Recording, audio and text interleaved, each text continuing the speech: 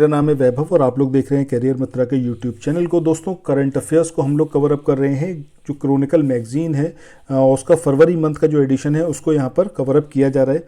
आज का जो पहला टॉपिक रहेगा जिसमें हम देखेंगे आर्कटिक टुंड्रा के बारे में, क्या कुछ इम्पॉर्टेंट है, क्यों ये लाइमलाइट में रहा और किस तरीके से आपसे क्वेश्चंस पूछे जा सकते हैं। सबसे पहला आपसे ये पूछा जा सकता है क्वेश्चन कि आर्कटिक टुंड्रा ये एग्जैक्टली है कहाँ पर।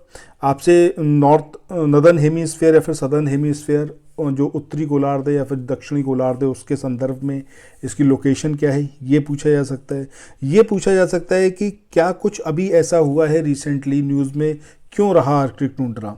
ठीक है, ये इस तरीके के क्वेश्चंस आपसे पूछे जा सकते हैं। और क्लाइमेट चेंज में इसका क्या रोल है और क्या ये कार्बन सिंक के लिए एक महत्वपूर्ण स्थान है, ये सारी तरीके से आपसे क्वेश्चंस पूछे जा सकते हैं। पर्यावरण वाला जो सेक्शन आता है आपका, एनवायरनमेंट वाला, उससे रिलेटेड ये टॉपिक है। और अभी जो आपका समीक्षा अधिकारी का एग्जाम होना है या फिर यूपीपीसीएस का, तो उसमें अलग अलग तरीके से क्वेश्चंस आ सकते हैं। आपसे इस तरीके से पूछा जा सकता है कि जो ग्लोबल वार्मिंग है, ग्लोबल वार्मिंग का कितना इम्पैक्ट हो रहा है आर्कटिक टुंड्रा पे, क्या आर्कटिक टुंड्रा की जो स्थिति आज है उसको फिर से हम रिकवर कर सकते हैं, प्रीवियस जो उसकी कंडीशन रही है, इस तरीके से आपसे पूछ सकते हैं। सबसे पहले यहाँ पर हम बात करते हैं कि राष्ट्रीय महासागरीय एवं वायुमंडलीय प्रशासन यानी कि नोआ, यानी कि आपका national oceanic and atmospheric administration, ये यूएस का एक संस्थान है। उसने एक लेटेस्ट रिपोर्ट पब्लिक करी आर्कटिक रिपोर्ट कार्ड नाम से। अब इसमें क्या कुछ बताया गया, इसमें यह बताया गया कि आर्कटिक टुंड्रा जो कभी कार्बन सिंक था, यानी कि कार्बन को वो सोख लेता था, अब बढ़ते तापमान और जंगली आग की वजह से अधिक ऊष्मा अवरोधक ग्रीन हाउस गैस उत्सर्जन कर रहा है। मतलब एक टाइम पर जो कार्बन को सोखने का काम कर रहा था, आज वही रीजन, वही क्षेत्र जो है, क्या हो गया है आपका, ग्रीन हाउस एमिशन प्रोड्यूस करने लगा है, जिससे वैश्विक जलवायु परिवर्तन अधिक गंभीर हो रहा है। ये एक चेतावनी दी गई है नोआ के द्वारा। अब क्या कुछ यहाँ पर कहा गया है, अगर हम देखें तो सामान्य पारिस्थितिकी तंत्र में पौधे क्या काम करते हैं कि प्रकाश संश्लेषण करते हैं, फोटोसिंथेसिस, यानी कि सूर्य के प्रकाश से वो अपना भोजन बनाते हैं और उसी क्रम में वायुमंडल की जो कार्बन डाइऑक्साइड होती है उसको अपने अंदर संग्रहित करते हैं। प्रकाश संश्लेषण के माध्यम से कार्बन डाइऑक्साइड CO2 को अवशोषित करते हैं और पौधे और जानवरों के विघटन के दौरान ये जो कार्बन होती है, ये मतलब कार्बन डाइऑक्साइड, ये वायुमंडल में दोबारा से वापस चली जाती है। मतलब जब फोटोसिंथेसिस होता है उससे पौधे अपने अंदर क्या करते हैं, कार्बन को कंज्यूम करते हैं और वायुमंडल से कार्बन को सोखते हैं। तो इस तरीके से वो सिंक का काम करते हैं और यही कार्बन डाइऑक्साइड जानवरों में मतलब ट्रांसफ़र होती है। ठीक है, क्योंकि जानवर अल्टीमेटली खाते किसको हैं, अगर हम प्राइमरी कंज्यूमर्स की बात करें तो वो पौधों को खाते हैं और सेकेंडरी की बात करें तो वो प्राइमरी को खाते हैं। तो इस तरीके से ये जो कार्बन है जो वायुमंडल से सबसे पहले पौधों के अंदर आता है, उसके बाद वो दूसरे जानवरों के अंदर चला जाता है। अब जब पौधे और जानवर मृत हो जाते हैं फिर वो डिकम्पोज होना शुरू होते हैं और दोबारा से ये जो कार्बन होती है वायुमंडल में वापस चली जाती है। ये एक मतलब फिनोमेना है, इस तरीके से एक साइकिल चलती है। जब हम आर्कटिक टुंड्रा की बात करें तो वहाँ पर क्या है, जलवायु बहुत ठंडी है। अब जब जलवायु बहुत ठंडी है तो ये जो डिकम्पोज होने की कंडीशन है पौधे और जानवरों की, ये बहुत स्लो प्रोसेस में होती है। ये अपघटन जो होता है वो बहुत धीमा हो जाता है, जिसकी वजह से कार्बनिक पदार्थ परमाफ्रॉस्ट में फंसे रह जाते हैं। परमाफ्रॉस्ट मतलब वो रीजन जो हमेशा बर्फ बना रहता है, उसी के अंदर ये पूरा मतलब जो कार्बन होता है वो दब के रह जाता है और वायुमंडल में वापस नहीं जा पाता। अब हो क्या रहा है कि आर्कटिक जो मिट्टी है उसमें 1.6 ट्रिलियन मीट्रिक टन से ज़्यादा कार्बन जमा है, जो वायुमंडल में पाई जाने वाली जो कार्बन है उससे लगभग 2 गुनी है। अब ये कार्बन हज़ारों सालों से इस जमी हुई भूमि में सुरक्षित संग्रहित है। रिपोर्ट में ये सुझाव दिया गया है कि वैश्विक ग्रीन हाउस गैस उत्सर्जन को कम अगर किया जाएगा तो उससे क्या होगा कि ये जो परमाफ्रॉस्ट है इसके पिघलने की दर कम होगी और ये जो कार्बन सिंक है ये ऐसे ही उसके अंदर जमा रहेगा। मतलब ये जो कार्बन अंदर जमा हुआ है परमाफ्रॉस्ट में, ये वहीं पर रहेगा।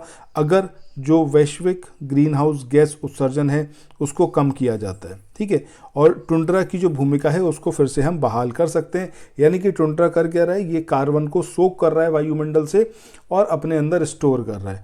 अब यहाँ पर एक बात ये भी उठती है कि ये जो परिस्थिति आई है कि टुंड्रा जो है रिवर्स तरीके से काम करने लगा है, मतलब वो खुद ग्रीन हाउस गैसेस को एमिट कर रहा है, उसको उत्सर्जित कर रहा है। तो ऐसा हुआ क्यों है, उसके दो सबसे ज़्यादा इंपॉर्टेंट रीज़न है।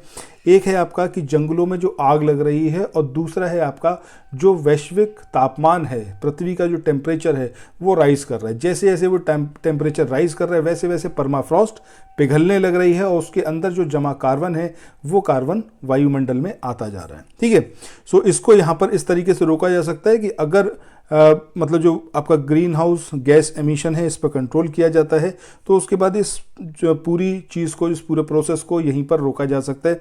अभी ये पॉसिबल है, इस रिपोर्ट में ये बताया गया है।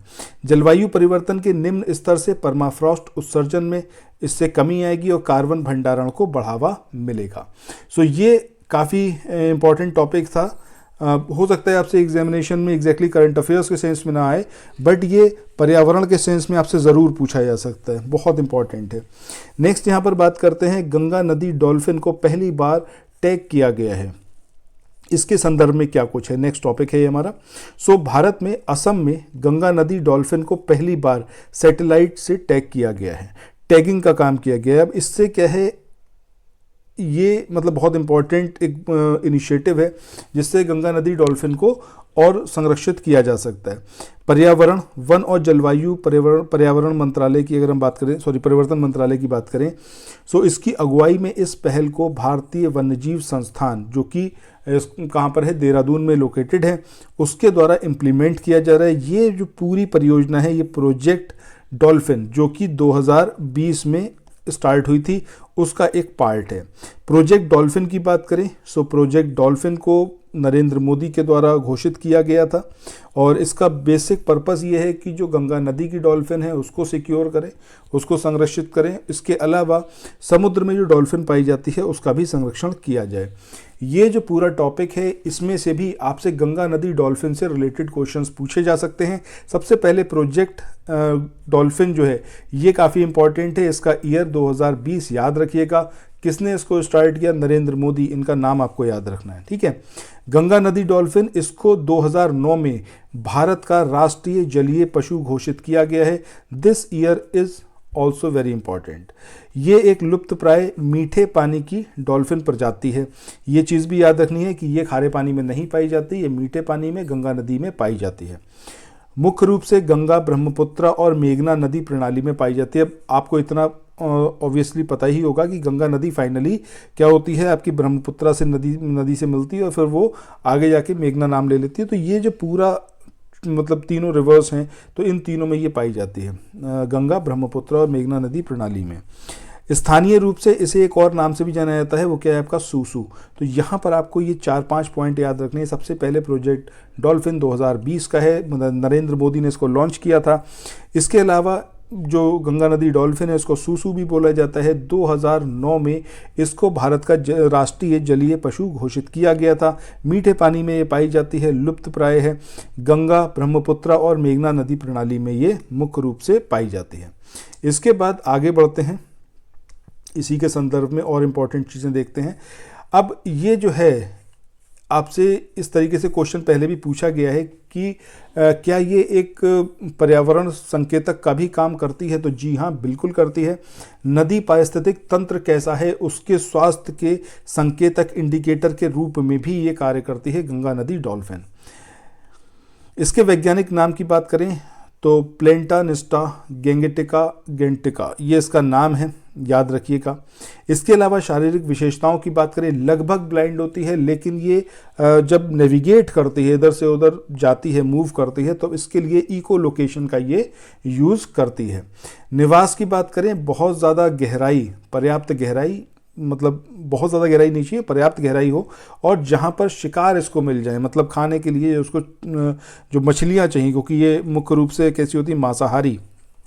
सो मछली और अकेशुरुकी, यानी कि जिनके जो नॉन वर्टिब्रेट्स होते हैं, जिनके रीढ़ की हड्डी समझिए वो नहीं होती है, ठीक है। उस तरीके के जो जीव जंतु होते हैं नदी के अंदर, सो उनको खाना ये प्रेफर करते हैं, ठीक है, मछली और अकशेरुकी को। इसके अलावा भौगोलिक वितरण की बात करें तो अभी हमने देखा भारत, नेपाल और बांग्लादेश में जो गंगा, ब्रह्मपुत्र और मेघना नदियाँ बह रही हैं वहाँ पर ये पाई जाती है। इसके अलावा कर्णफुली सांगू नदी प्रणाली में भी ये पाई जाती है। पारिस्थितिकी महत्व की बात करें, की स्टोन प्रजाति है। क्यों की स्टोन प्रजाति है? क्योंकि अगर ये नहीं होगी तो रिवर का जो इकोसिस्टम है वो पूरा डिस्ट्रॉय हो जाएगा। सो ये काफ़ी इंपॉर्टेंट पॉइंट है कि गंगा नदी में पाई जाने वाली जो ये डॉल्फिन है ये कैसी होती है आपकी, ये एक की स्टोन प्रजाति है। की स्टोन प्रजाति का मतलब ही ये है कि अगर वो प्रजाति खत्म होती है तो उसके साथ वो पूरा इकोसिस्टम ध्वस्त हो जाएगा। सो नदी के पारिस्थितिक तंत्र को संतुलित रखने में इसकी महत्वपूर्ण भूमिका होती है। संकेतक प्रजातियों की बात करें तो मीठे पानी के पारिस्थितिकी तंत्र में ये समग्र स्वास्थ्य को ही दर्शाती है। मतलब अगर पानी उसका मीठा है नदी का, सो वहाँ पर मतलब सारी चीज़ें सही हैं, इकोलॉजिकली बैलेंस्ड है वहाँ पर। इसके अलावा संरक्षण स्थिति की बात करें तो IUCN की जो स्थिति है वो कैसी है, संकटग्रस्त। मतलब IUCN में इसको संकटग्रस्त यानी कि एंडेंजर्ड लिस्ट में इसको रखा गया है। साइट्स की बात करें, परिशिष्ट जो अपेंडिक्स 1 है उसके अंदर रखा गया है। और भारतीय वन्यजीव संरक्षण अधिनियम 1972 के भी अनुसूची 1 में इसको रखा गया है। कमेंट सेक्शन में बताइएगा परिशिष्ट 1 और अनुसूची 1 में रखने का क्या मतलब होता है अगर जब हम साइट्स और भारतीय वन्यजीव संरक्षण अधिनियम 1972 की बात करते हैं। बाकी आज के इस सेशन को यहीं पर एंड करते हैं, मिलते हैं नेक्स्ट वीडियो में। आप लोग चैनल को सब्सक्राइब कर लीजिएगा ताकि क्रॉनिकल मैगजीन की ये जो समरी है इसको भी आप ले पाएँ। और चैनल को सब्सक्राइब करना, इस वीडियो को शेयर करना मत भूलिएगा और वीडियो पसंद आए तो लाइक भी करिएगा। Thanks for watching, have a nice day, bye bye.